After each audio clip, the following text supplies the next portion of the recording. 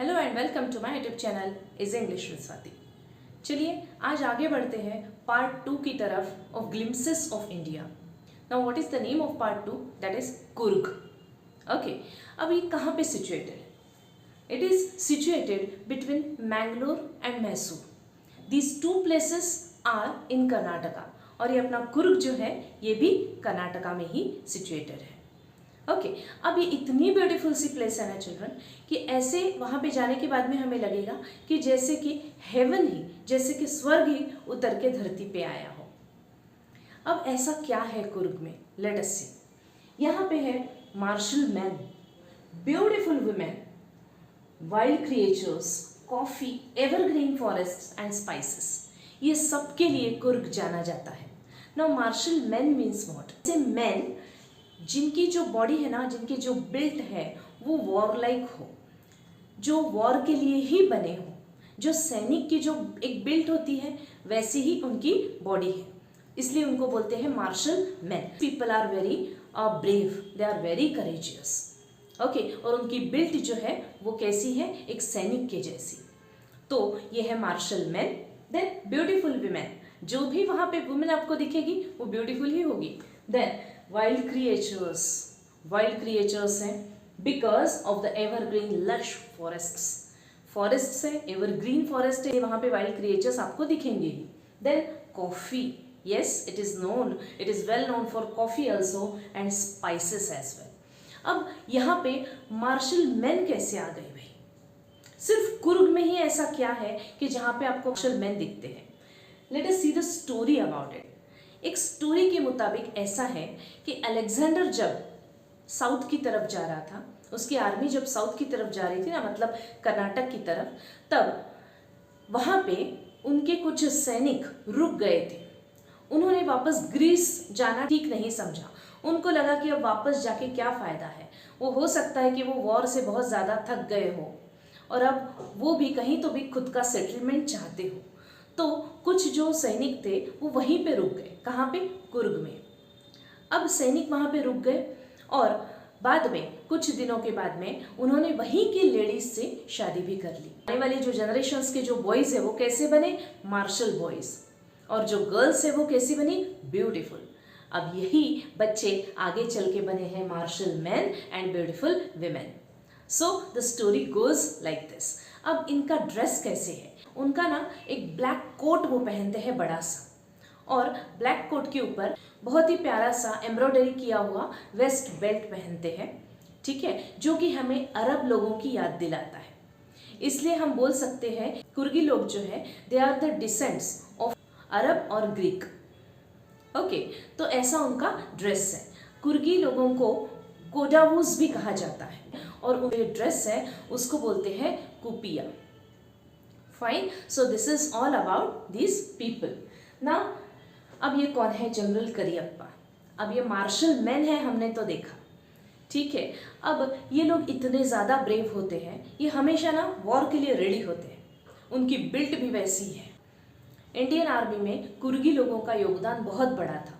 तो तब से अब तक क्या चलता आ रहा है कि कोई भी कुर्ग के जो पीपल है वो without any license they can carry the fire arms, without any license they can carry guns और राइफल्स। तो जनरल करियप्पा ये जो है ये was the first chief of Indian army. तो ये है इनकी कहानी, जनरल करियप्पा। देन अब आते हैं नेचर की तरफ। किस तरह का नेचर है यहाँ पे? रिवर कावेरी जो है it is the most important river over here. उसमें महेसर नाम का जो फिश है वो अबेंडेंट क्वांटिटी में आपको मिलेगा, बहुत ज़्यादा मिलेगा। देन किंगफिशर्स है, यहाँ पे लंगूर्स है, स्क्विरल्स है एंड वाइल्ड एलिफेंट्स भी है। लंगूर्स क्या होते हैं? They are just like monkeys, लेकिन लंगूर्स की जो पूंछ है ना वो थोड़ी लंबी होती है और उनका मुंह जो है आपने देखा होगा काला मुंह होता है। They are the langurs. अगर आप वहाँ पे बिना शांति पाने के लिए जा रहे हो, आपको किसी से बिल्कुल भी कट ऑफ करना है ये पूरे hustle and Bansal of the life, तो आप कुर्ग जा सकते हो। लेकिन वहाँ जाने के बाद में आपको क्या दिखेगा? आपको ये ब्यूटीफुल नेचर दिखेगा, सब कुछ दिखेगा जो जो हमने अभी तक बात की है। लेकिन और भी कुछ ऐसी चीज़ें हैं जो आपको टेम्प्ट करेगी towards something. Which are those?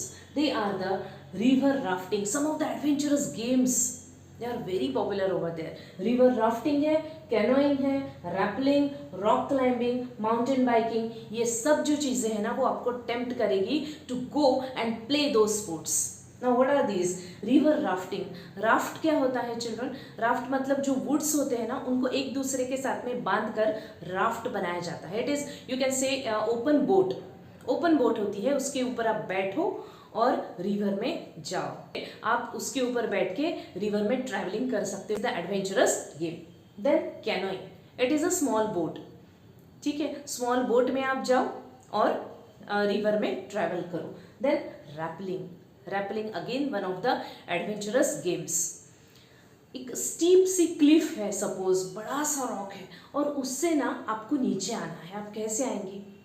तो बड़ी सी रस्सी के सहारे आप नीचे आएंगे, है ना. आप खुद को रस्सी बांधेंगे और दो मोटी मोटी स्ट्रॉन्ग सी रस्सियाँ लेंगे और उसके सहारे आप धीरे धीरे नीचे आओगे, है ना. Adventurous game. Okay. Then rock climbing. Rappelling अगर रस्सी के सहारे नीचे आना है तो रॉक क्लाइंबिंग क्या है? उसी रस्सी के सहारे आप ऊपर भी चढ़ सकते हो. It is rock climbing. Then mountain biking.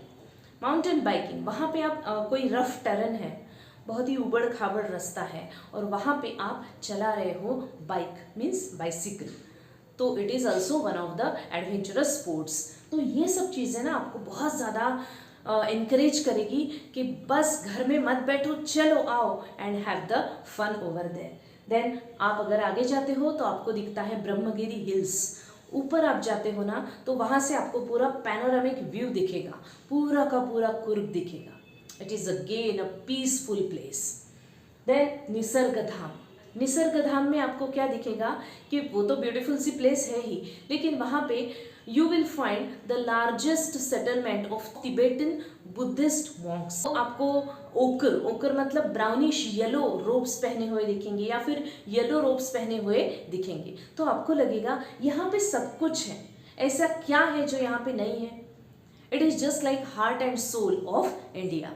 इसलिए जब भी आपका मन करे कहीं ट्रैवलिंग पे जाना है तो आप बिल्कुल कुर्ग के बारे में ज़रूर सोचिए.